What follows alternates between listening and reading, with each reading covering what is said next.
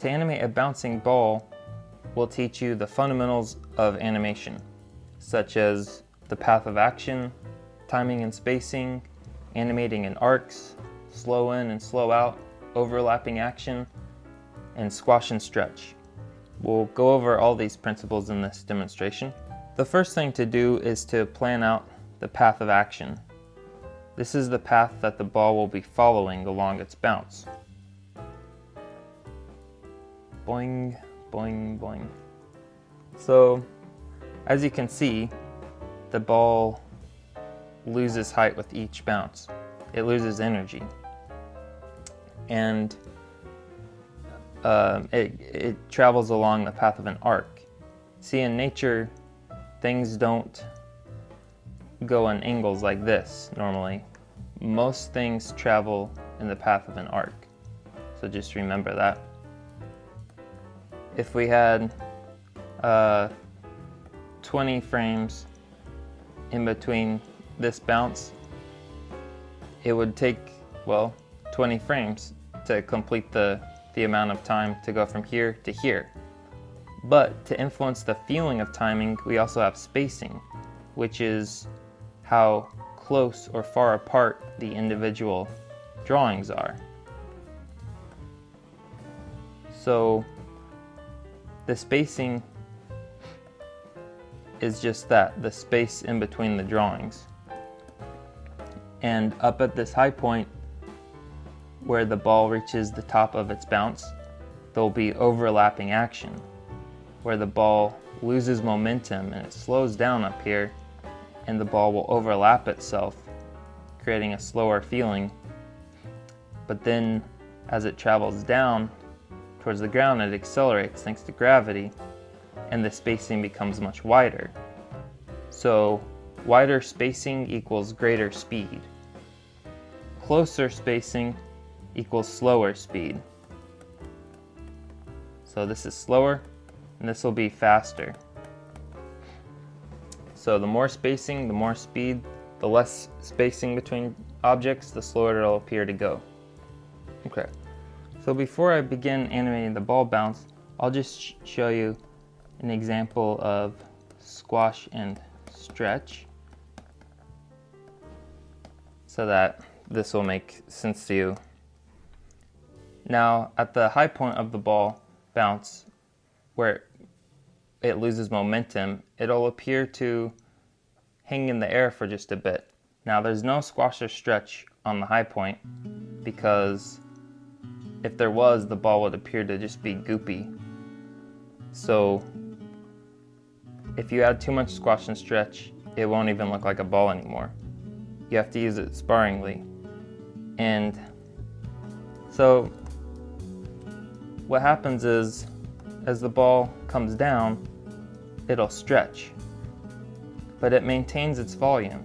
It doesn't grow in size, it just stretches, and it gets skinnier. So as it gets longer, it gets skinnier, and then upon impact, it will flatten out and get a lot shorter. So it gets shorter, but then it pushes out. This is squash. Squash communicates weight. The more squash there is, the more, I can't spell and think at the same time. The more squash there is, the more weight there is, and the more stretch there is, the more speed there is. Squash and stretch contrast each other. If you only have a little bit of stretch, then you would have just a little bit of squash. You don't want to have a ton of stretch and then no squash. That wouldn't make sense. So stretch communicates speed, squash communicates weight, or the impact from that speed. Alright, we'll add in our keyframes. The keyframes are the storytelling poses, or the poses that communicate what's going on in a scene. It's kind of like the poses you see in a comic book. They express the motion. So first we'll just draw the key poses, which will be the high point of the bounce and the contact position. And we'll squash it, and then it regains its normal form at the top of the bounce because there isn't gravity or other factors pushing and pulling on the ball. And then the weight of the bounce comes down.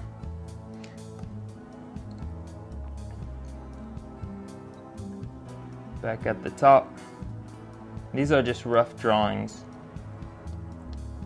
Normally you just rough in the drawings, you work rough, and then on a separate layer you do the line work where you can refine the quality of your drawings. Then the ball will just roll off screen.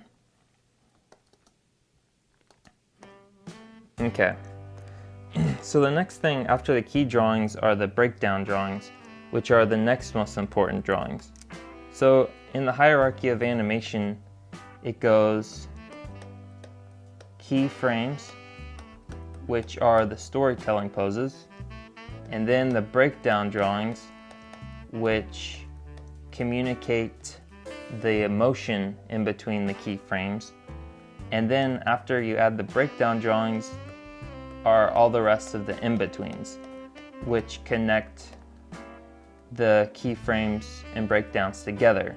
And the more in-betweens you add, the more smooth the action will be. But also it can slow down the action. If you need to slow down something, add more in-betweens. Because in animation, space equals time.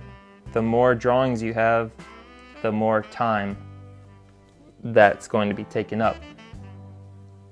So the next important drawing is going to be the breakdown drawings, which will be right here. Down here we're going to show the stretch, because this is where the ball gains the most momentum. And then it'll stretch up after the bounce. Again, trying to maintain volume.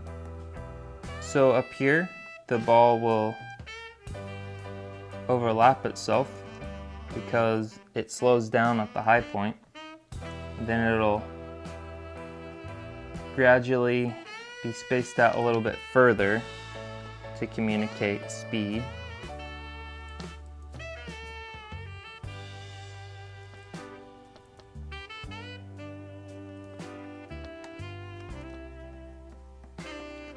Now, you don't really need to add this much squash and stretch, especially if it was a bowling ball, there wouldn't be any squash and stretch because it's such a hard material.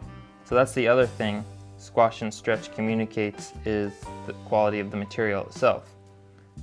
If it's a rubbery ball, there's going to be squash and stretch. If it's something like a solid ping pong ball, then there's not really going to be as much squash and stretch. Okay, so here's how the balls look superimposed upon each other. As you can see, the balls progressively stretch more and more as they gain momentum, and then squashes at contact, bounces back up on a stretch, then clusters at the top of the arc, returning to its normal shape of a circle, and then it stretches down, squashes, and then clusters up at the arc of action. And the trick is to try to maintain volume.